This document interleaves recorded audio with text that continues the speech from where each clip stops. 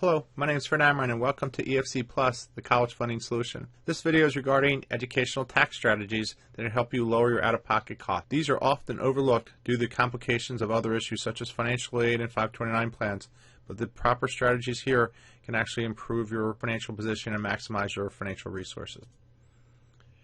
Just as a note on this video, we are not tax advisors or CPAs, so you need to consult with your advisors. Each of those situations change year to year, and you need to make sure you're up to date on the ones that you can take advantage of. But as I said, they're often overlooked and not understood due to the complexity of overlaps of what's qualified expenses, how the bill has to be paid, proper use of 529 plan, and other tax advantages that you may have. The biggest confusion is the qualified expenses. Only certain things qualify for a deduction under the different tax strategies. So, an example, qualified expenses for the opportunity credit are only tuition, fees, and books, where qualified expenses for a 529 plan are those same ones and do include room and board. So just need to be aware of those things. The biggest thing too is the advanced planning of the tax years and school years do not match up and they are different. So properly mapping out those tax advantages could be critical on your decision making.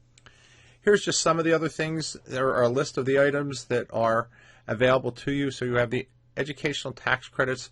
The most common in today's world is the American Opportunity Credit, which is worth $2,500 per year per child, depending on your tax filing status and your income. And then there's also the Lifetime Credit, which is also available, and that's worth a maximum of $2,000. So they will vary depending on where your child is academically and what situation you are financially.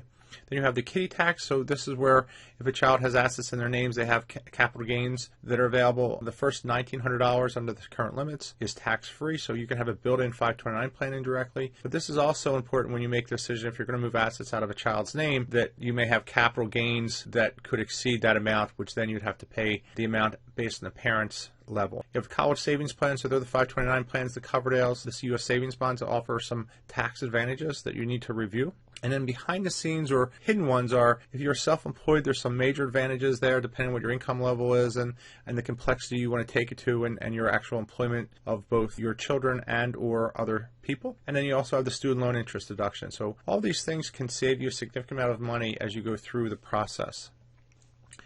For the planning of this, though, you have to consider different things. So a lot of these are based on income limits, so it's not qualified for everyone.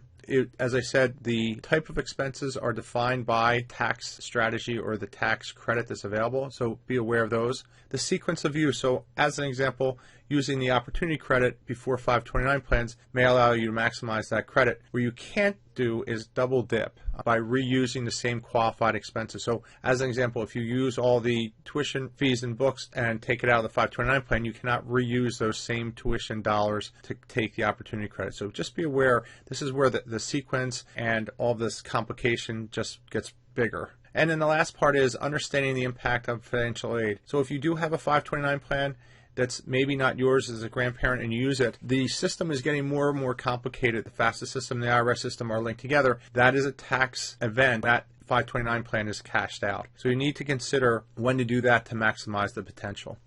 Again, my name is Fred Amrine. Thanks for joining us today. And please use EFC Plus. A lot of great resources, and sign up for our email list and also their YouTube. We keep it all confidential, nothing sold to an outside third party. Have a great day.